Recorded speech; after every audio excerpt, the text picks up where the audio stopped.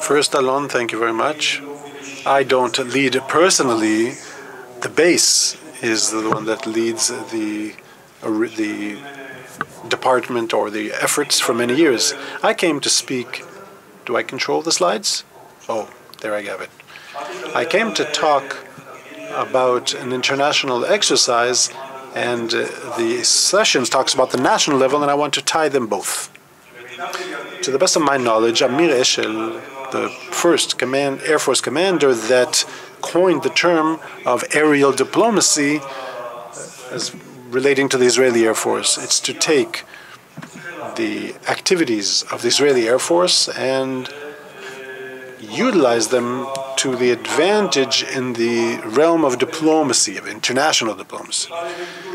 This takes place in international exercises abroad and in Israel, like the Blue Flag exercise that was just recently conducted, and it is expressed with visits, high-profile visits of, for instance, the German Air Force commander, the Air Force commander of the UAE that just took place, and many other operational activities. And this effect has a huge potential to create, to have ramifications diplomacy. When we talk about the aerial dimension, usually the footprint on the ground is relatively small, but it can echo far and wide. Realizing this potential is not by the fact that the Air Force commander said so, or, as they say, it's not based on the pretty eyes of this guy or that other guy, but the quality of the actions, the operations, the precision in the implementation, or as Major General Amiram Nokin, the previous Air Force commander, continues to remind us, reducing the distance between promises and implementation. Make sure that this is minimal, that your operations or your bottom line is precise and reliable. This will enable a potential from the activity of the Air Force. We are here at UVID conference, and we must ask the question, where is the RPA or RPV establishment at now? We perceive ourselves as a country with world-leading industries in unmanned platforms, certainly in the defense issues. We have a lot of operational experience in operating drones. Concepts, operational concepts, where are we here? In the exercises that we just conducted, we didn't have drones. So we should say there is still a lot to do, and there is a lot that is done, militarily I'm talking. The Red Baron Squadron, it's Israeli and German. We have a German squadron here in Israel, stationed in Israel.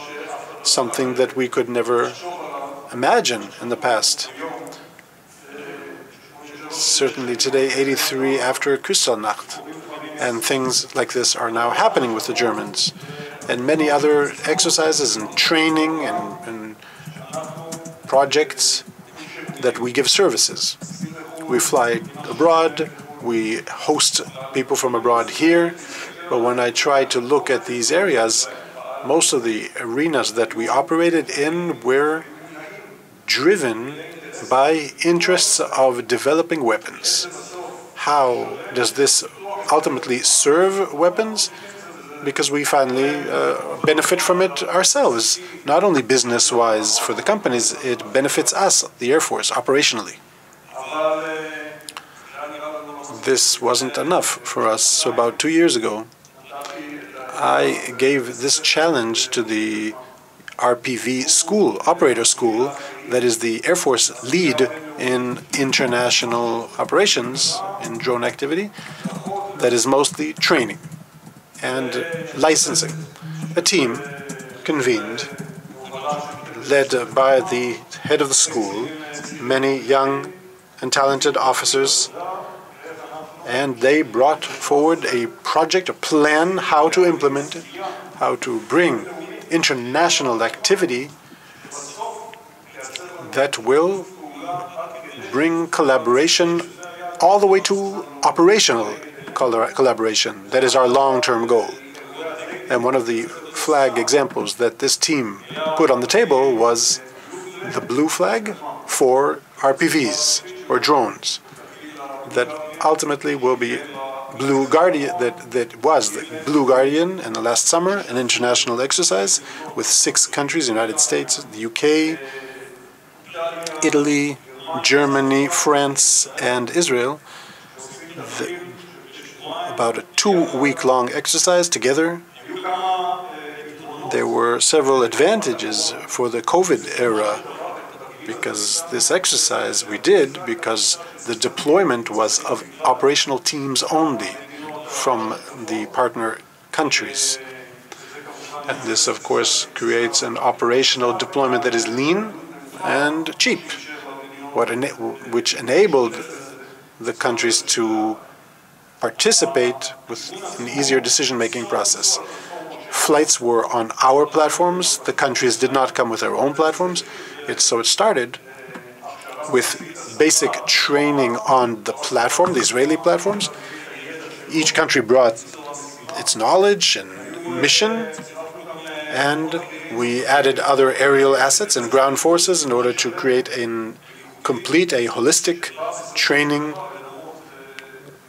playground to simulate an urban environment warfare with terror armies, with scenarios that are, of course, more known to us in our region. In this exercise, in the daily plan, there was a combined after-action review where every day a different country leads and responsible for gleaning insights and lessons learned. It was very nice to see how ultimately the countries all came with foundations that are very robust, and even if their combat techniques and their procedures and their teams were constructed differently, at the end of the day the teams reached a very high level of very complex scenarios that they had not met in the past, including flying in combined elements with manned and unmanned systems together. And the foundations enabled the teams, ours and others, our international partners, to a very high level of results. Another thing that we learned was that such a picture was not seen in the past. We didn't have, it never existed. Also, neighboring countries that activate or operate the same platform never sat together. Teams operated a mission together, then sat and debriefed the mission together. It never happened. If there is such a thing, it's we came to teach you, to show you, and we're gone. This combined learning and mission implementation has great value. Another thing that we learned from the countries that participated is that this entire training is not enabled in their own country. Their training is relatively low. The resources allocated to such training, if because of airspace or resources allocated, their ability to simulate enemy, they do not have all of these, including powers, world superpowers. Even in the United States, they do not find the overall training capabilities. So at the end, when we said, okay, we hope there will be a tradition and will be another country that goes between the countries, most countries said, with all due respect, we don't think we can host such an exercise because we don't have the resources. Not only money, but again, all training resources. And still, if we look forward, we hope, I hope at least, that this exercise will become a tradition where we conduct international exercises of air forces with various countries. We join, do missions together, learn together, evolve together. And again, I say, long-term, our goal is to create a potential for operational collaboration in the future if this will be possible. And I tie this into aerial diplomacy, this domain, this region of the developing world of drones that is already reality, already the current state. It was not realized or materialized so far. We want to see how we utilize it and lead it and push it forward to the international arena.